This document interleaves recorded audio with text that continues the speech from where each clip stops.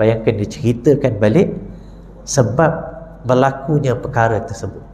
Akhirnya di belakang semua itu, di belakang peristiwa-peristiwa itu, rupa-rupanya terkandung hikmah dan rahmah Allah Subhanahu wa ta'ala. Jadi bila kita baca Al-Kahfi setiap minggu, bila sampai pada surah ini, selain daripada pengajaran-pengajaran lain yang banyak yang boleh kita ambil, salah satunya ialah kita menghadirkan perasaan dipanggil taslim. Satu perasaan yang kita bersarah dan menyerahkan segala-galanya pada Allah Subhanahu wa ta'ala. Dia yang mudabbir, dia menentukan, menyusun ketentuan dia, qada dan qadarnya sebenarnya terkandung hikmah dan rahmah yang sangat banyak, yang sangat besar. Apa yang berlaku mungkin pada saudara-saudara kita di sana, walaupun kita tengok sedih, ya, sangat menyayat hati, ya, musibah yang sangat besar, tapi kita sangat yakin akan rahmah dan hikmahnya yang begitu banyak pada peristiwa tersebut. Di depan kita satu ayat, qul law kana al-bahru midadan li kalimati rabbi lanafida al-bahr qabla an tanfada kalimatu rabbi walau ji'na bimithlihi madada. Katakanlah, kalaulah lautan itu nak dijadikan tinta menulis kalimah-kalimah Allah, antaranya apa? Antara kalimah Allah apa? Hikmah dia, hikmah Allah Ta'ala yang begitu banyak. Kalau nak ditulis dengan lautan, nescaya keren, tak cukup. Sebelum sempat habis kalimatu Rabbi walau ji'na bimithlihi madad, kalaulah ditambah lagi dengan lautan yang seperti itu. Surah Kahfi juga. Dalam ayat yang lain, walau annama fil ardi min syajaratin aqlam, kalaulah setiap pokok yang ada di atas muka bumi diambil menjadi pena, wal bahru yamudduhu min ba'dihi sab'atu abhurin ma nafidat kalimatu. Ambillah pokok semua jadi pena, lautan sebagai tinta, ditambah lagi dengan 7 lautan seperti itu, ya? Tak cukup lagi untuk menulis kalimat. Antara hikmah dia yang begitu banyak. Apa yang berlaku itu hikmahnya besar. Setiap daripada kita ada hikmah dia. Kepada mereka, ya, setiap orang yang diuji, ibu, ayah, suami, isteri, anak, dan kita yang kat Malaysia ni tengok peristiwa ni pun ada hikmah pada kita. Masih lagi, ya, kejar benda, ya, mengejar lagi dunia, kejar lagi macam-macam. Itu antara hikmah yang besar. Jadi kisah ini, Musa dan Khidir ini represent qadar Allah Subhanahu wa ta'ala dan memberikan kita satu fikrah, satu idea bahawa apa yang datang daripada Allah itu semuanya ada rahmah dan hikmah. Kalau dulu ada satu kisah yang masyhur, raja dengan menteri dia. Menteri dia ni, dia punya dialog satu je, la'allahu khair. Menteri ni kan, apa je yang berlaku dekat istana, apa saja yang berlaku dekat raja, menteri ni mesti cakap la'allahu khair, mudah-mudahan ada kebaikan, mudah-mudahan ada kebaikan. Itu aja. Raja terjatuh, mudah-mudahan ada kebaikan. Raja makan makanan tak sedap, marah, mudah-mudahan ada kebaikan. Kerana raja ni pun tension kat dengan menteri dia ni, ya? Bulu dia tengok menteri ni asyik-asyik kebaikan. Satu hari mereka keluar berburu. Raja berburu, mungkin guna panah dia ni, akhirnya tersilap, terpotong jari raja, putus sampai terputus jari raja ni. Menteri, kau tengok ni sampai macam ni jadi. Menteri cakap apa? Allahu khair, mudah-mudahan ada kebaikan. Raja pun marah lah kan. Akhirnya dipenjara menteri ni, raja murka, dipenjara menteri ni. Menteri cakap apa? Allahu khair, mudah-mudahan ada kebaikan. Satu hari raja keluar lagi berburu, kena tangkap dengan orang asli. Orang asli cari korban, nak dikorbankan kepada dewa dia. Bila ditangkap raja ni nak dijadikan korban, cek tak cukup satu jari, tak sempurna ni, tak boleh jadi korban ni. Lalu dilepaskanlah raja ni. Raja pun balik ke istana, tengok jari yang tak ada, teringat menteri cakap dulu la'allahu khair, mudah-mudahan ada kebaikan. Dia pun bebaskan menteri tadi. Betul lah, maknanya dulu kau sebut ni la'allahu khair, tapi masa aku penjarakan engkau pun sebut la'allahu khair tu sebab apa? Tuanku, kalau tuanku tak penjarakan saya akan ikut pergi berburu, dan nanti sayalah yang jadi korban orang asli. Jadi la'allahu khair juga. Jadi apa saja yang berlaku, itulah fikrah dia mengambil makna tersebut. Kisah ini Nabi SAW sendiri bagi komentar. Hadis Bukhari dan Muslim, hadis sahih. Nabi bila baca ayat ini, kita bayangkan Nabi tafsir, Nabi bagi komentar berkaitan dengan kisah Musa dan Khidir ini. Dia misteri. Bila sampai dekat Majma'al Bahrain, Musa nampak satu orang lelaki, tapi kepalanya tertutup dengan kain warna hijau, tutup. Musa pergi dekat, bagi salam. Lalu lelaki ni jawab, bila Musa bagi salam, Assalamualaikum, lelaki ni kata, Khidir jawab, wa anna bi ardika salam. Gitu kat negeri engkau, mana ada assalam di negeri engkau. Dia tahu Musa dari mana, daripada Mesir, berdepan dengan Fir'aun, mungkin Bani Israel ni lagi. Wa alaikassalam, dia jawab wa anna bi ardika salam. Misteri betul.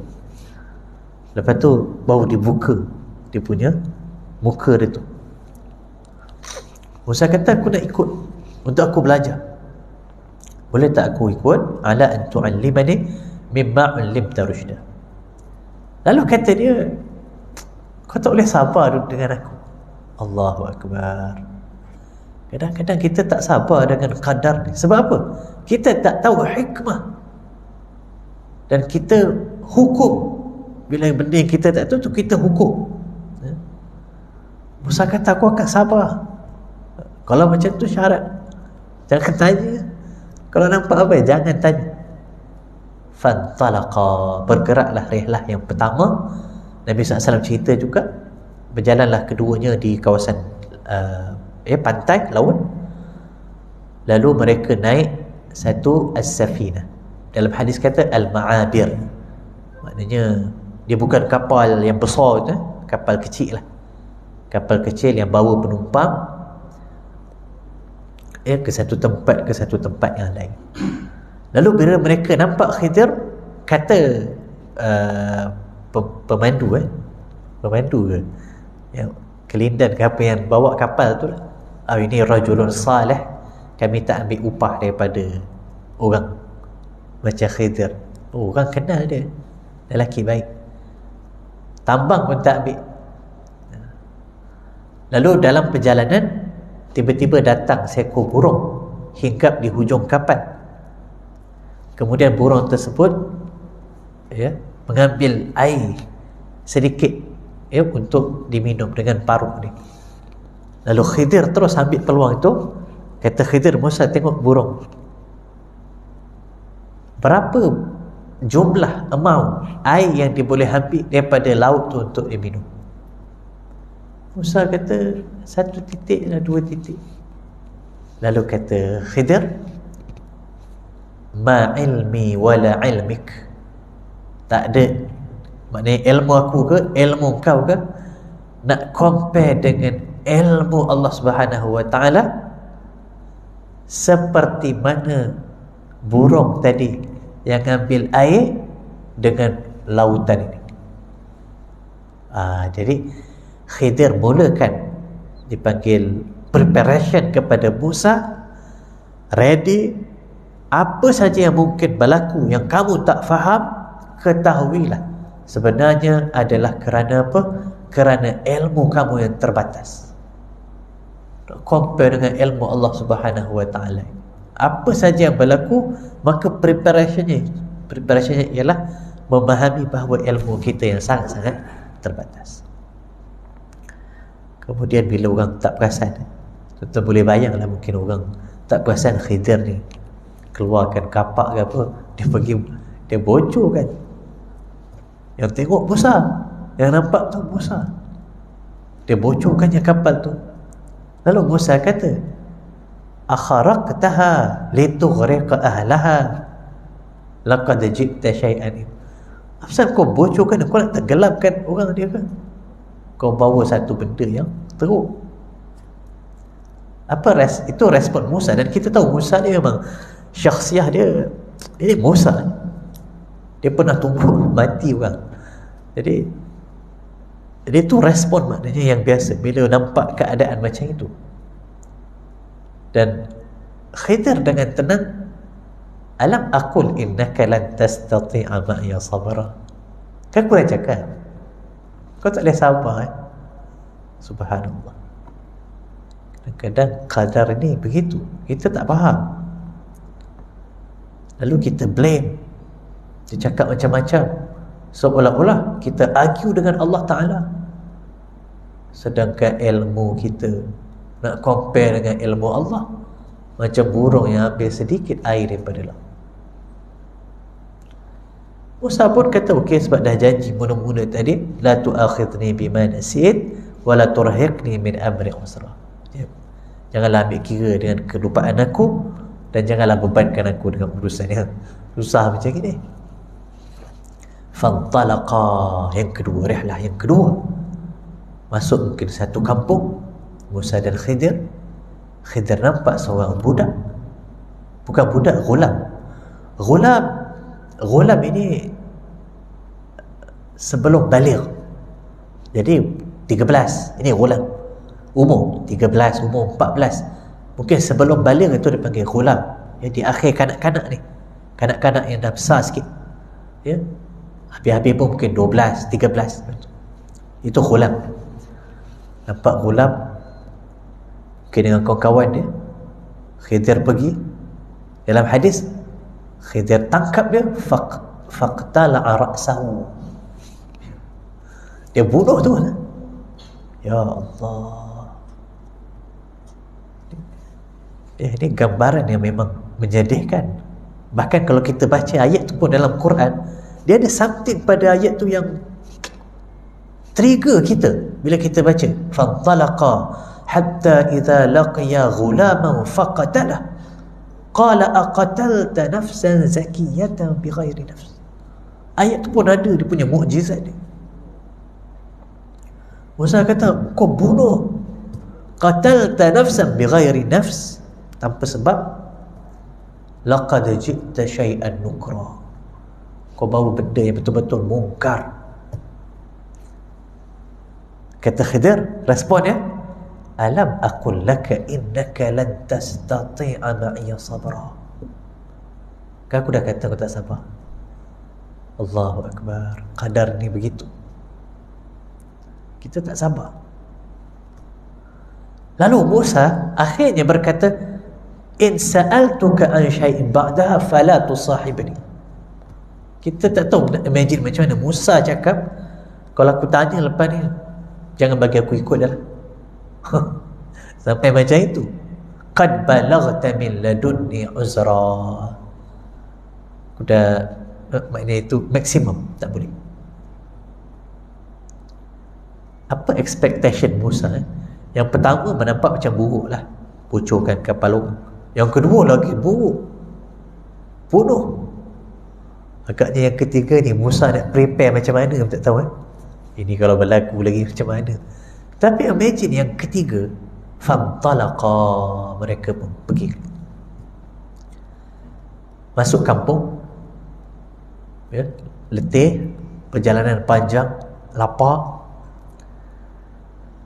Lalu mintalah daripada penduduk kampung kalau ada yang nak hulurkan, ya, kebaikan, makanan, ya, minuman. Dalam hadis pun dia berpindah ke majalis, maknanya ada tempat yang buat kenduri pun, ada tempat makan. Tapi bila keduanya sampai, fa'abau an yudayyifuhuma, tak terima, mereka tak nak. Jadi kampung ni dikenali dengan kampung yang kedekut. Mereka ni kedekut, yang jaga harta, jaga apa yang mereka ada, tak nak bagi kat orang. Sampai ke tahap itu. Khidir pun jalan dengan Musa, nampak satu binaan rumah, yuridu an yanqadda. Tengok ayatnya, yuridu an, bangunan tu nak jatuh, bangunan tu sendiri nak, yuridu an yanqadda, bangunan tu sendiri nak tumbang betul-betul, ya, lagi sikit aja. Lalu Khidir pun kata, okey, jom Musa, kita baiki balik rumah. Lalu buatlah kerja dua tu, letihnya, laparnya, orang kampung tak bagi. Tapi bila ada bangunan yang nak roboh, dia pergi elokkan balik, ya, susun batu, letak simen itu, macam elokkan balik. Musa ni akhirnya tak faham, dia pelik, ya? Lau syi'ta lattakhadhta alaihi ajra, patutnya ambil lah upah, korang dapat makan minum pun tak apa dah, ya? Tapi dia orang yang tolak kita, tetamu ni, kita bina pula rumah kat tempat yang nak roboh. Kata Khidir, hadha firaqu baini wa bainik, tetapi sa'unabbi'uka bita, aku akan cerita. Jadi tuan-tuan, apa yang berlaku dalam hidup kita ni, dia tak ada, qadar tak datang bagi tahu. Tiba-tiba qadar datang, okey, sebenarnya berlaku macam tak ada. Hadha firaqu baini wa bain, itu je. Selalunya itu, bila berlaku, berlaku. Faham ke tidak? Jadi kisah ni Allah bawa untuk kita faham, seolah-olah qadar menjelmakan dirinya lalu mensyarahkan pada kita sebab apa berlaku begini. Tak faham, ya? Orang yang bagi awak naik percuma, tambang pun tak ambil, dia bocorkannya kapal tu, naik dalam free, bocorkan pula. Dengan orang yang tak terima tetamu, tak nak bagi makan minum, dia banakan pula. Kadar kita rasa macam orang ni layak dapat, orang ni layak, orang ni kita kata patut, tak boleh orang. Tapi kadar berbeza. Yang kita rasa macam tak patut, yang tu yang dapat. Yang kita rasa macam patut, yang tu tak dapat. Kata Khidir, sa'unabbi'uka bita'wil, aku akan beritahu semua yang menyebabkan kau tak sabar. Amma safinatu, adapun kapal tadi, itu fakanat limasakin, itu milik orang-orang miskin. Masakin ni jamak, fakanat limasakin. Kapal ni bukan seorang punya, dia masakin. Ada orang miskin kat kampung tu, dia orang buat satu projek ekonomi. Apa dia? Kumpul duit ramai-ramai, sewa ke beli satu kapal, lalu gunakan untuk dapatkan tambang, ambil penumpang, bawa penumpang ke satu tempat, dapat tambang. Jadi hasil daripada tu mereka pun bahagikan, ya, orang miskin semua bahagi, bolehlah, ya, sara ahli keluarga masing-masing. Nanti bila sampai di satu tempat, raja di tempat itu akan mengambil safinatin ghasba, kerampas kapal-kapal yang elok. Fa'aradtu an a'ibaha, aku bukannya rosakkan sampai bocor tu, aku cuma a'ibaha sikit, buat lubang sikit, a'ibaha sikit. Supaya apa? Supaya selamat. Sampai dekat kampung tu, raja nak ambil, oh, bocor. Tak payah.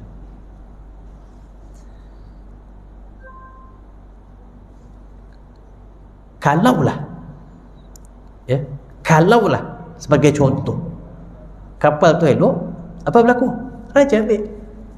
Bila raja ambil, masakin, orang miskin, bukan seorang, ramai, hilang habis punca pendapatan. Hikmah. Ataupun mungkin masa raja nak ambil, pemandu kapal tadi tak bagi, mestilah tak bagi, bukan dia punya, dia cuma bawa. Nanti orang mungkin dia lawan, pengawal tahan, kena tangkap, mungkin kena bunuh, habis anak isteri dia kat rumah macam mana? Jadi darar, kesakitan yang sikit, lubang yang sikit yang berlaku itu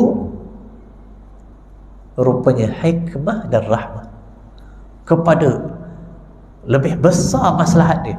Ya Allah. Berlaku juga pada kita kadang-kadang, kita pun tak faham, tengah-tengah macam ni duk kereta rosak lah, itulah ini, ketahuilah di belakangnya hikmah yang besar. Wa ammal ghulam, adapun budak tadi yang dibunuh, fakana abawahu mu'minain, kedua orang tuanya beriman, fa khashina an yurhiqahuma tughyana wa kufra, maka kami bimbang anak ni besar dia akan jadi apa? Tughyanan wa kufra. Perkataan tughyan dalam Quran ni dia tak banyak. Dia bukan kufra banyak. Kufur ni ya kufur, tapi kufur ni ya paling teruk pun dia kufur lah, dia yang kufur. Tapi bila tughyan, ini lain. Ini menjadi tughyan, melampau. Mungkin mak ayah dia pening kepala, masyarakat pun pening kepala kalau tughyan ini, ya, rakyat kau pening. Sebab apa? Tagha. Fir'aun, Allah sebut innahu tagha, Fir'aun. Jadi kami ambil di dalam keadaan umur yang macam ini, ya, sebelum baligh, untuk apa? Untuk digantikan nanti anak yang lebih baik. Hikmah. Kita kadang-kadang argue, tengok anak-anak kecil, bayi yang mana, tengok dekat Gaza, bayi-bayi anak-anak, ya Allah, apalah dosa anak ni, ya Allah, apa dosa dia, bayi-bayi ni, ya, untuk syurga, masuk syurga, anak-anak ni masuk syurga. Kita tak tahu besar macam mana, Allah ambil kecil masuk syurga. Mungkin mak ayah dia ni ada satu tempat dekat syurga yang tinggi yang Allah dah tetapkan untuk mak ayah dia, tapi mak ayah dia tak boleh capai tempat itu melainkan kematian anak dia. Dapat. Kita duk argue, kalau macam tu kenapa cipta macam tu pula. Kita kalau nak argue dengan qadar, kita tak akan menang. Sebab ilmu kita macam dekat paruh burung tu je. Kita duk argue. Dan mungkin kematian anak tadi di depan kawan-kawan dia menjadi asbab kawan-kawan dia tadi dapat hidayah. Berapa ramai anak-anak muda umur 13 kecil lagi dah merempit, dah pergi buat benda pelik-pelik. Umur macam tu gulam. Kalau nakal ni kita boleh nampak dah budak ni lain macam ni. Macam tu Tapi mungkin berlaku musibah pada seorang, akhirnya yang lain tengok, that's it. Hikmah begitu.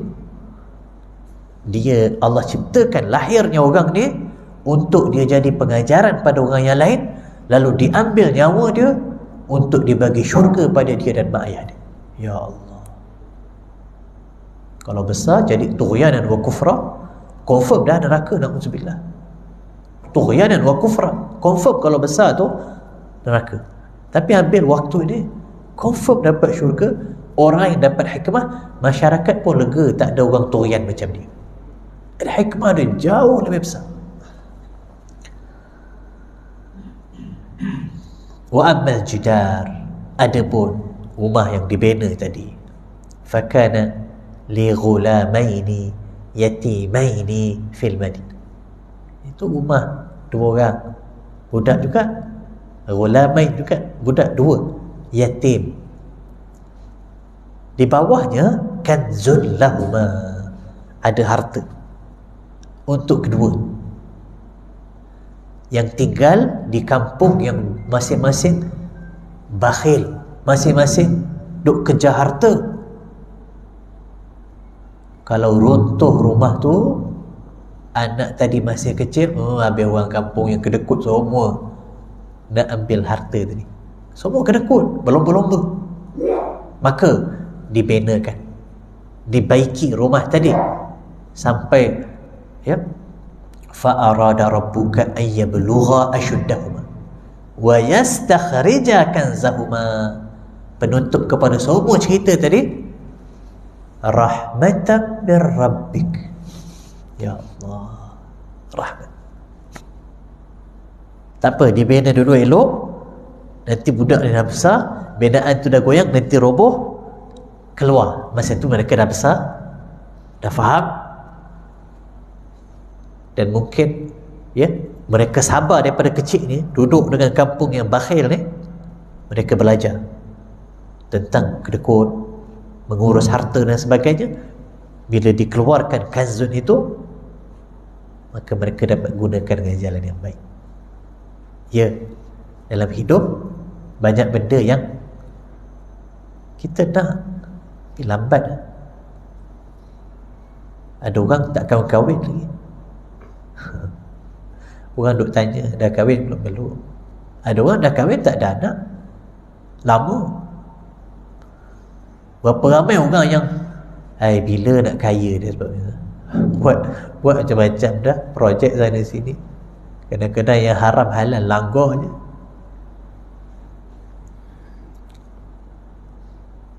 Allah qadar itu ada masa yang betul. Sebab apa? Rahmatan min rabbik. Ambil gariskan, rahmatan min rabbik. Jadi itu cerita Musa dan Khidir. Kita baca setiap minggu, kita pun pelik dengan cerita macam ni, tapi lepas ni kita baca dengan makna ini. Taslim lillah, alhamdulillah. Kadang kita terbayang bila insya-Allah mudah-mudahan Allah jadikan kita ahli syurga. Bayangkan ahli syurga duduk dalam syurga, ada satu momen yang Allah bentangkan kehidupan dia. Kita pun tengok balik kehidupan kita. Ingat tak waktu ni yang kau kena macam ni, yang kau sakit, ini masa kau jatuh ni. Apa yang berlaku lepas itu kadar cerita. Ya Allah, mungkin tu salah satu nikmat syurga yang Allah nak bagi pada ahli syurga. Ni masa ni, nampak? Ni masa ni, ini masa ni. Apa di sebaliknya? Kenapa berlaku macam itu? Berapa hikmah kalimatu Rabbi yang macam lautan tadi Allah SWT bentang pada kita. Mungkin sebab itu antara doa ahli syurga, wa akhiru da'wahum anil hamdulillahi rabbil alamin. Itu. Mudah-mudahan kita ya walaupun sakit, pedih, sedih dengan saudara-saudara kita di sana, tapi akidah kita tetap mengatakan bahawa la'allahu khair. Hikmah dan rahmah itu jauh lebih besar. Dan mudah-mudahan mereka dengan pengorbanan itu menjadi asbab kemenangan Islam dan pembebasan Masjidil Aqsa. Ya Allah. Kita takkan tak buat apa. Kita lah. Sumbangan kita, doa-doa kita, yang baik daripada Allah SWT. Kerana kurang diri saya sendiri, aqulu ma sami'tum, kita tangguh tasbih kafarah dan suratul asr. Subhanakallahumma wa bihamdika asyhadu an la ilaha illa anta astaghfiruka wa atubu ilaik. Bismillahirrahmanirrahim. Wal 'asr innal insana lafi khusr illa alladhina amanu wa 'amilus salihat wa tawasaw bil haqq wa tawasaw bis sabr. Wassalamu alaikum warahmatullahi wabarakatuh.